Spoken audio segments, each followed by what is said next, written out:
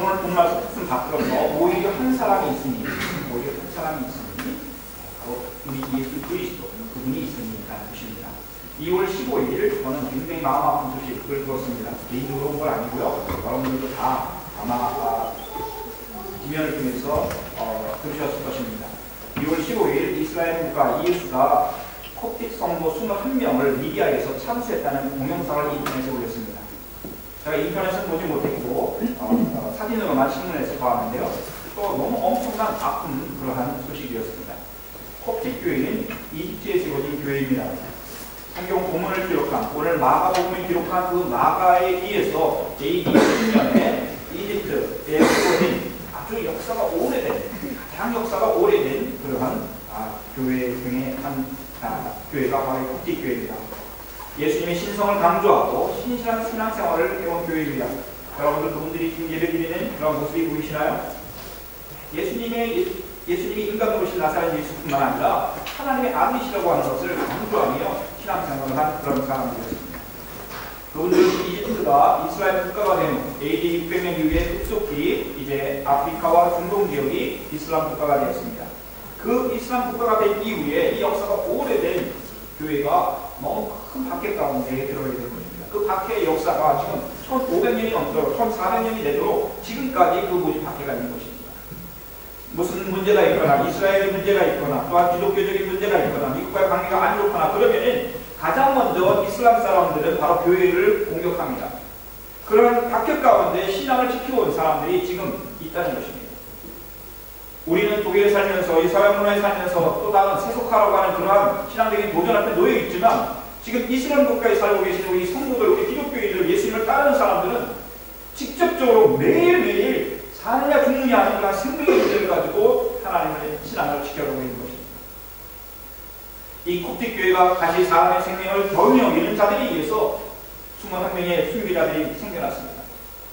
물론 그 전에도 지금 이라크나 시리아 근교에 있는 오랜 역사를 가지고 계신 신앙인들, 소수자로서 하나님의 신앙을 지키고 있는 그분들이 많은 고난을 당하고 있습니다. 바로 그런데 지금부터 보름 전에 바로 이런 사건이 또 일어남으로 인해서 너무너무 마음이 아프고 분노가 일어납니다. 그리고 그들의 가족과 교회는 얼마나 지금 힘들고 고통스러울까 또한 생각해 보는 것입니다. 그런데 제가 이번 코스타에 가서 또 그 어떤 목사님에게 듣기도 했고요.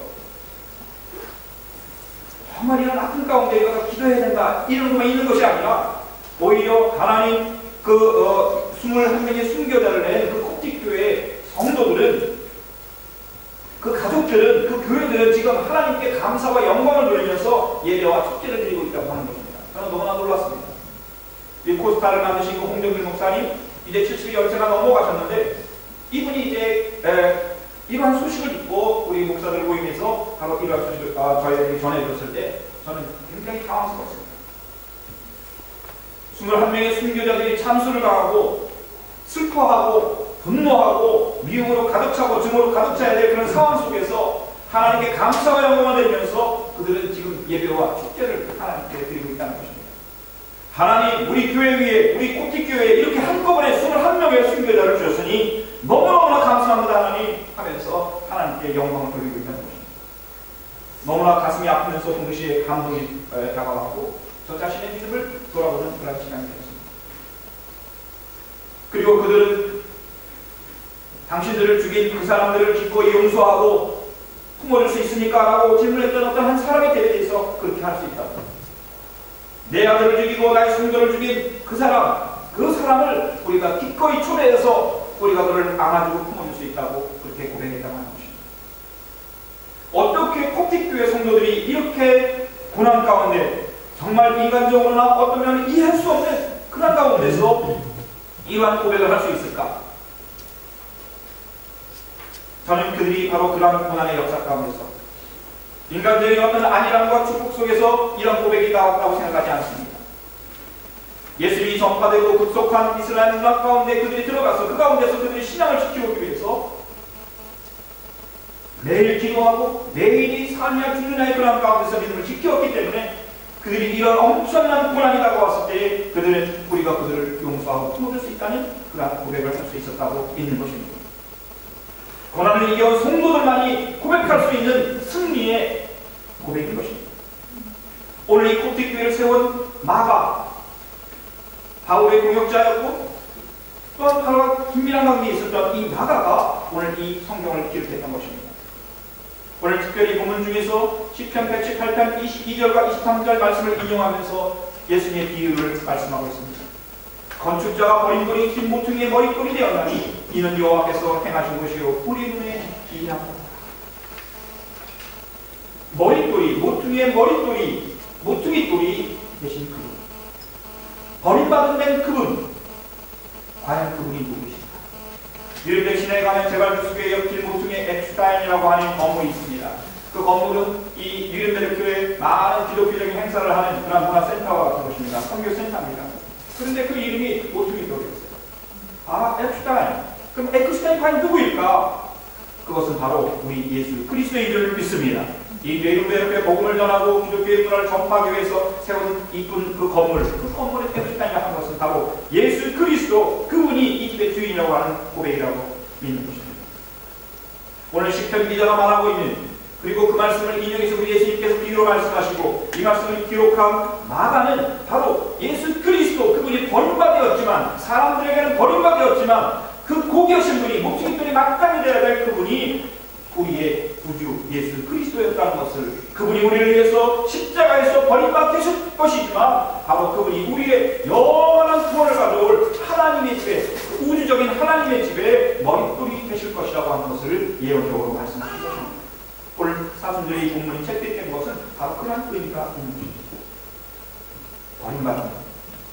시편 기자는 예수 그리스도 앞으로 다가올 메시아가 영광받을 모퉁이돌이 아니라 버림받은 돌로 오실 것이라고 하는 것을 말씀하고 있는 것입니다. 사랑하는 성도 여러분, 여러분들이 지금 예수 그리스도 우리 주님 때문에 힘들어하고 아파하고 고난당하고 있다면 바로 여러분들은 버림돌과 같은 모습이지만 여러분들을 통해서 하나님의 집의 모퉁이돌과 같은 은혜가 우리 예수님과 더불어 있을 줄 믿습니다. 그래서 사순절에 이 은혜를 사모해야 할 것. 우리 예수님께서는 바로 십자가에서 우리를 구원하시기 위해서 버림돌과 같은 직을 받으시고 정말 엄청난 고난 가운데 들어가셨다는 것입니다. 그러나 그분이 바로 나를 구원하신 그 집의 가장 중요한 돌인 그 모퉁이돌과 같이 되셨다는 것입니다. 여러분, 일반적으로 모퉁이돌은 가장 좋은 돌을 사용합니다. 이쁜 돌을 사용합니다. 흠이 없는 돌을 사용합니다. 거기에다가 그 교회가 언제, 그 건물이 언제 세워졌는지 날짜를 적게 되어 있습니다. 연도를 적게 되어 있습니다. 그리고 이 건물이 언제 세워졌고 어떤 의미에서 세워졌다고 하는 것을 그 뒤에다가 적기도 합니다. 그래서 가장 좋은 돌을, 든든한 돌을 사용하는 것이 바로 이 모퉁이돌인 것입니다.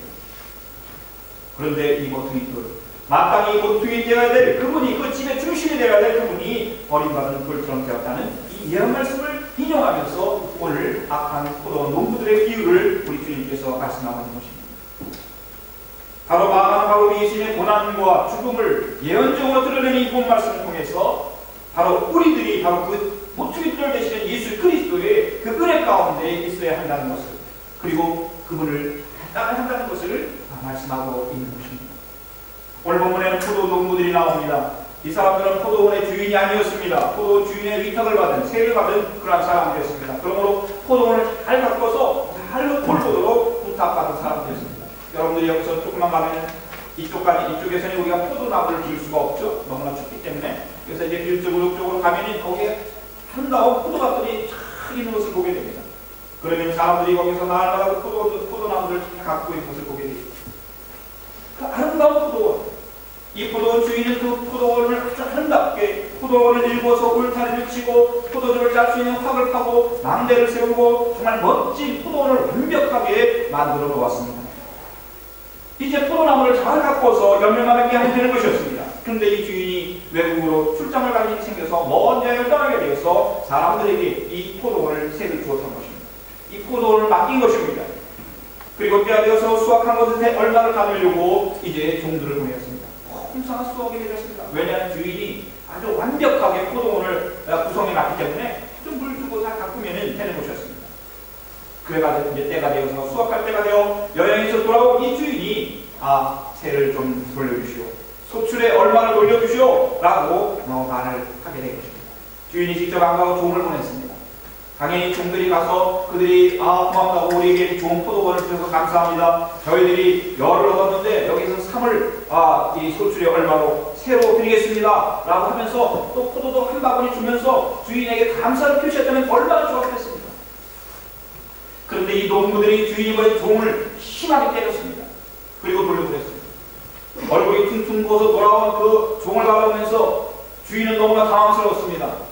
아니 그 사람들이 왜 그렇게 은혜를 모르고 마치 자기들의 포도처럼 자기가 주인인 것처럼 그렇게 행동하는가? 주인이 이해할 수 없었고 당황스러웠습니다. 그래서 다시 좀 든든한 그런 종들을 또 보냈을 것입니다. 든든하다는 말은 없습니다. 그렇지만 든든한 종을 보냈을 것입니다. 근데 이번에는 그 종들을 더 많은 그 농부들이 달려들어가지고 이제는 머리를 때려서 사람이 어렵게 된 그런 상황까지 더 심한 상처를 입었습니다. 주인은 더 당황했습니다. 화가 났습니다. 이제는 또 세 번째 종을 더 많이 보냈을 것입니다. 많은 놈들을 보냈을 것입니다. 그런데 더 엄청난 일이 일어났습니다. 이번에는 그 종들의 한 사람을 죽인 것입니다. 포도원 농부들이, 그 순박한 농부들이 포도원을 가꾸어서 거기에서 그 소출을 가지고 행복하게 살아야 할 그 순박한 농부들이 웬일인지 그 주인, 포도원 주인에게 또한 포도원 주인을 보낸 그 종들에게 험악한 일을 하기 시작한 것입니다. 한 사람을 죽이고 다른 종들은 또 때려서 돌려보냈습니다. 포도원을 빌려주고 풍성한 포도 열매를 얻을 것을 기대했고 거기서 나온 새를 또한 받을 것을 기대했더니 포도원 주인은 말할 수 없는 분노가 치밀었습니다. 포도원 농부들은 이제는 더 이상 이 포도나무를 가꾸고 그 수확을 즐거워하며 행복해하는 그런 또한 사람들이 아니었습니다. 포도원과 소출뿐만 아니라 주인의 재산을 탐하는 그런 도둑과 같은 강도와 같은 농부들이 되어버린 것입니다. 욕심이 점점 자라나 순박하고 착한 농부들이 악한 강도로 변화된 것입니다. 자기의 자리를 잃어버린 것입니다. 자기가 해야 할 일을 망각한 것입니다. 그 얼마나 풍성한 축복을 저주로 바꾸는 그러한 일이 일어났죠. 그래서 포도원 주인은 마지막으로 자기가 가지 않고 자기의 아들을 보내어 수입을 그 소출을 가져오려고 했습니다. 설마 아들까지 어떻게 하냐는가? 아들은 곧 아버지와 똑같은 권리를 가지고 있었기 때문에 아들을 보내면 이제 잘 순종할 것이다 라고 얘기했습니다. 그런데 이 농부들은 아들까지도 죽입니다. 아들까지도 죽입니다. 아들이와 순이, 그 포도원 주인은 아들을 자기와 같이 생각해서 보냈는데 이 사람들도 똑같이 아들을 바로 주인과 같이 보냈지만 저 아들이 상속자니 저 아들만 죽이면 이 포도원이 자기 것이 될 거라고 하니 그러한 탐욕과 욕심과 악이 가져다는 그러한 생각으로 사고로 변화된 것입니다. 이제는 정말 어찌할 수 없는 끝까지 간 것입니다. 아들이 왔으니 우리가 그 수학에서 얼마를 주인에게 돌려주려 해야 할 텐데 오히려 이 아들만 죽이면 포도원이 자기 것이 될 것이라고 하는 그런 마음, 탐욕의 끝까지 간 것입니다. 야고보서의 말씀처럼 욕심이 잉태한 데 죄를 낳고 죄가 장성한 데 사망을 낳느니라, 이 말씀 그대로 읽는 아들 죽입니다.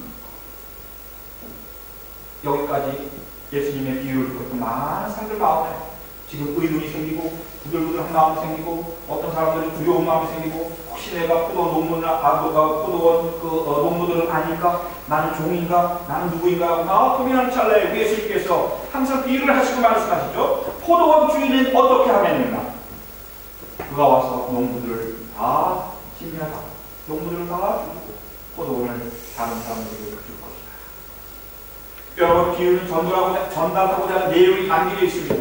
듣는 사람들이 마땅히 그 비유에서 들어야 할 그런 교훈과 내용과 진리가 담겨져 있습니다. 정말 이 비유의 내용은 자기를 향한 생각이라고, 자기를 향한 말씀이라고, 자기를 향한 이야기라고 비유하고 생각한 사람들이 있었습니다. 바로 오늘 본문 앞에 나오는 11장 27절에 나오는 사람들이었습니다. 그 사람들은 누구였냐면 종교적인 리더십을 가진 사람들이었습니다. 대제사장들과 서기관과 장로들이었습니다. 이 사람들이 수많은 무리들 가운데 아마 끼어 있었던 것 같아요. 그리고 예수님께서 이 포도원 비유를 말씀하셨을 때 잘 나가는 것 같은데, 여러분들 이 포도원 주인들은 어떠한 마음을 가져야 될까? 이 대제사장과 서기관과 장로들은 어떠한 마음을 가져야 되겠습니까? 포도원 주인은 하나님이시고 포도원의 농부들이 바로 너 누구일까를 생각해야 되고, 우리들은 그 포도원 주인의 종들이구나 라고 생각해야 되지 않겠습니까? 그리고 그 아들은 바로 메시아 예수 그리스도가 아니실까 라고 생각해봐야 되지 않겠습니까? 예수님께서 결정적으로 시편의 그 말씀을 인용할 때 이 대제사장과 서기관과 장로들은 자기네 모습이 드러났습니다. 너희는 성경에서 이런 말씀도 읽어보지 못하였느냐? 집을 짓는 사람이 버린 돌이 모퉁이의 머릿돌이 되었다. 이것은 하나님께서 하신 일이요 주님께서 하신 일이요 우리 눈에는 놀랍게 보이는도다. 그렇습니다. 오늘 본문에 나오는 포도 주인은 우리 하나님이십니다. 자비하신 아버지십니다. 우리에게 아름다운 교회를 주시고 이스라엘 백성들에게 하나님의 공동체로 허락하신 그런 하나님이십니다. 포도원을 주십니다. 그리고 종들은 그 포도원에서 착한 하나님을 섬길 수 있도록 하나님께서 맡겨놓으신 그런 이스라엘 백성들에게는 예언자와 같은 사람들, 제사장들, 또한 왕들일 수 있습니다. 하나님의 대리인들이라고 할 수 있습니다. 그리고 그 메시아 하나님의 아들, 바로 그 포도 주인의 아들은 우리 예수님 메시아를 의미하는 것이었습니다. 그렇다면 포도 농부는 누구일까? 또한 생각해보는 것입니다.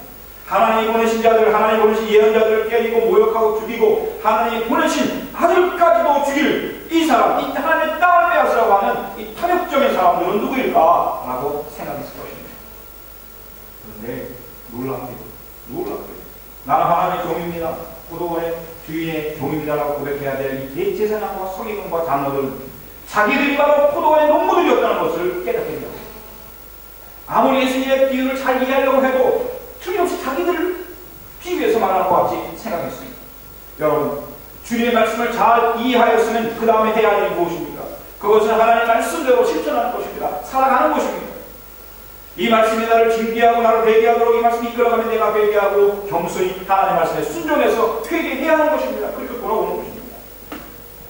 하나님의 말씀을 아무리 많이 듣고 전파해도 알아도 이것이 우리 말씀과 우리 삶 가운데 녹아져서 행동으로 나타나지 않으면 열매지 않으면 그것은 아무 의미가 없습니다. 이것이 은혜요 축복입니다. 말씀으로 돌아가 그대로 사는 것, 이것이 은혜요 축복인 것입니다. 이 대제사장과 서기관과 장로들이 바로 자기네들의 모습을 발견했으면 그 예수님 앞에서 겸손히 나아가 자기들의 모습을 회개하고 또한 예수님을 모욕하고 예수님을 죽이려고 했던 것을 마음에서 돌이켜야 되는데 오늘 이 말씀 보면 예수님을 잡아 죽이려고 하였습니다. 예수님을 잡으려고 하였습니다. 예수님을 잡아 죽여서 바로 지금 예수가 자기들을 모욕하고 있구나라고 받아들인 것입니다. 말씀을 잘 이해는 했지만 바로 그 말씀을 정반대로 이해했습니다.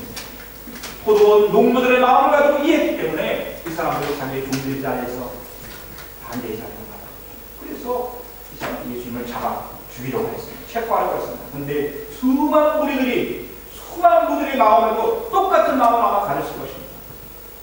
누가 하나님의 아들 메시아를 죽일 것인가, 포도 농부와 같을 것인가를 다 사람들 알았기 때문에 만약 예수님을 하나님의 아들이라는 생각으로 지금 다 해석하고 있는 그 자리에서 그 악을 해하려고 했다면 오히려 대제사장과 또 이 서기관과 장로들이 어려움을 당하기 때문에 그들은 예수를 버려두고 떠났다. 오늘 이렇게 말씀하고 있는 것입니다. 우리가 살고 있는 이 시대에도 하나님의 말씀을 전하며 하나님의 말씀대로 살아가는 수많은 분들이 우리를 주변에 있습니다. 콥티도 마찬가지입니다. 또는 시리아와 지금 이라크에도 끝까지 전쟁에서도 남아서 주님의 복음을 전하는 사람들이 있습니다. 지금 우리가 살고 있는 이 시대에도 하나님께서 하나님의 말씀을 전할수록 보내는 수많은 사람들이 있습니다. 포도원 주인이신 하나님께서 종들을 수없이 지금도 보내고 있다는 것입니다. 그리고 하나님의 집을 찾기 위해서 하나님의 나라를 이루어가기 위해서 지금도 하나님 일하고 계시다는 것입니다.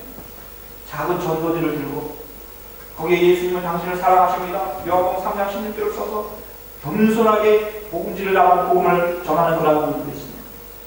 멀리 이방 세계에 나가서 언어와 문화와 모든 환경을 떠나서 낯선 곳에 가서 생명을 내어놓고 예수 그리스도 한 분 하나님의 마음, 포도원 주인의 마음을 전하는 선교사님들이 수없이 많습니다. 매주일 강단에서 복음을 전파하시고 선포하는 수많은 그런 목사님들과 주의 종들이 있습니다. 우리 어린이들에게 어떻게 해서든지 그 백지와 같은 어린 심령임에 사탄의 그런 생각들이 세상 정보들이 들어오기 전에 하나님의 말씀을 그들의 심장에 새기기 위해서 지금도 가르치고 애쓰고 힘쓰는 선생님, 교사님들이 있습니다. 우리가 지금 예배를 드리는 시간에도 우리 주여 앞에 선생님 몇 분은 지금 좁은 데서 예배를 드리지 못하고 또한 하나님의 말씀을 어린 보살이 같은 그 어린이들이 가르치는 주의 종들이 있는 것입니다. 포도원 주인의 종들입니다. 자녀들에게 하나님의 말씀으로 어떻게 해서 양육하고 하나님의 자녀들로 나의 자녀이기도 하지만 하나님의 뜻대로 저들을 잘 양육할 수 있도록 하나님께서 보내신 그 소명과 사명을 가지고 나의 자녀들이 하나님의 뜻대로 잘 영광과 이 잘 양육되기를 간절히 사모하는 마음으로 기도하고 또한 자라게 하시는 양육하시는 우리 부모님도 계시지 않습니까? 우리 부모님들도 포도원 주일의 종들입니다. 다 하나님께서 보내신 이 시대의 예언자들인 것입니다. 오늘 우리 남성교회 성도 여러분들도 하나님 이 시대의 예언자를 믿습니다. 회사 동료들에게 복음을 전하려고 하고 또한 어떤 만나는 우리 친구들, 또한 주변에 있는 외국인들, 또한 우리 일터에서 만나는 사람들에게 틈이 되면 예수 그리스도 복음을 전하려고 하는 그런 마음의 소원이 여러분들에게 있지 않습니까? 그때 여러분이 한마디로 당신은 예수님을 믿으십니까? 하나님은 당신을 사랑하신다 이 말씀을 했었을 때 여러분 또한 이 시대의 예언자요 또한 포도원 주인의 농부인 줄 믿습니다. 주인인 줄 믿습니다.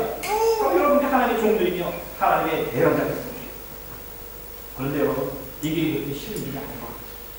대부분의 사람들은 포도원 농부들과 같은 모습으로 많이 반응하기 때문에 처음에 우리들도 그랬죠. 하나님의 복음을 들었을 때 우리들이 그것을 거부하고 그들을 무시하고 이 21세기에 무슨 엉뚱한 얘기 하느냐 하고 포도원 그런 농부들과 같은 대적하는 마음을 가졌을 것입니다. 이 포도원은 내 거야. 이 세상은 내가 즐기도록 다 만들어 놓은 곳이야. 이 세상에 살만한 거 다 명품들 좋은 것들 좋은 집 다 나를 위해서 존재하는 것이지 이게 어떻게 포도원 주인은 하나님의 것이 말도 안 되는 것이다. 다 우리가 그런 사람이었습니다. 지금도 그런지 모르겠어요. 그러나 우리가 처음에는 다 그랬지만 하나님의 복음이 들어왔었을 때 주의 종들을 통해서 예언자들을 통해서 목사님, 선교사님, 교사님들, 부모님들을 통해서 이 말씀을 들었을 때 우리가 순종하고 돌아와 우리 또한 좋은 행위. 그렇습니다. 포도원은 하나님의 것입니다. 우리는 포도원을 맡은 천지와 같이 이곳에서 섭수를 얻어 우리도 누리지만 하나님께 영광을 누리는 그런 삶을 살고 계시던 하나님의 축복의 일터입니다. 이렇게 고백할 수 있어야 하는 것입니다. 예수님에 대해서 나 무슨 상관이 있냐 하는 식으로 고백했던 우리들이었지만 아무런 쓸모없는 버림돌처럼 우리도 주님을 무시했지만 하나님의 마음을 아프게 했던 우리들이었지만 오늘 이 그림처럼 지금 저런 모습들로 우리가 때리는 자리에 있었지만 지금은 맞는 자리에 있을 수도 있습니다. 바로 우리를 위해서 십자가에서 돌아가신 그 버림돌 되었던 그 예수 그리스도 그분이 바로 하나님의 아들이셨기에 나의 구원자셨기에 바로 포도원의 주인이셨기에 우리들은 지금도 그에 감사합니다. 이 3절을 맞이하고 있는 것입니다. 그렇습니다. 바로 예수님은 우리들을 죽기까지 사랑하신 하나님의 아들이었습니다. 그 하나님의 아들을 보냈을 때 단지 유대인들만이 그 예수님을 죽인 것입니까? 가룟 유다만이 예수님을 팔아서 예수님을 십자가에 못 박은 것입니까? 로마 병자들만이 예수님의 옆구리에 천을 찌르고 머리에 가시면류관을 쓰고 채찍으로 때렸습니까? 바로 그들의 모습이 우리들에게 있지 않습니까? 그리고 예수님의 그 십자가의 죽으심 네 번째로 보낸 그 하나님 다섯 번째로 보낸 그 하나님의 아들을 주인의 아들을 죽였던 포도원 농부들이 우리의 아들입니다. 우리의 모습을 겹쳐서 보게 합니다. 그러나 하나님 원하시는 것은 지금도 하나님의 입의 포도원의 풍성한 축복을 누리며 살아가도록 해주시는 분이십니다. 그 사악한 포도원의 농부들을 다 진멸하고 다른 사람들에게 주지 않겠느냐 주님 앞에 회개하고 돌아오고 하나님 대신 포도원 주인의 주인됨을 고백하고 하나님의 아들 예수 그리스도 나의 주님으로 고백하고 또한 종의 길을 겸손하게 가르치고 하나님께서 바로 그 놀라운 풍성한 은혜를 포도원의 축복을 우리들 모두에게 내려주실 줄 믿습니다. 하나님의 아들 되시라니 그분의 사랑을 세상에 나눠줄 수 있는 은혜가 우리에게 있는 것이에요. 사랑하는 성도들을 통해서 특별히 우리 남성교회 사랑을 위해 빼앗는 한 사람들을 통해서 하나님의 나라가 하나님의 집이 더욱더 든든히 세워져가는 역사가 있을 줄 믿습니다. 여러분들 꼭지교회 성도들 한번 기억해 주십시오. 2000년 동안 그들을 이렇게 2000년 후에 오늘 21세기의 그 고난 가운데 그들이 고백하고 있는 그 신앙은 무엇 때문에 어찌하여 저런 신앙 고백을 하고 있나 거기에 대한 대답을 가져주려 합니다. 우리도 그들과 같은 믿음의 길을 갈 수 있고 가야 할 것입니다. 하나님께서 여러분의 희생과 사랑을 꼭 기억하셔 주시고 하나님의 집에 존귀한 자들로 세워주실 것입니다. 사랑하는 성도님 통해서 지금도 찾아오시는 하나님의 그 사랑과 풍성한 요청이 기쁨의 좋은 소식 축복으로 우리 사랑하는 성도님들의 가정과 일터와 이웃들과 또한 우리 교회 또한 우리 땅 중교회 영원하시기를 간절히 축원을 드립니다.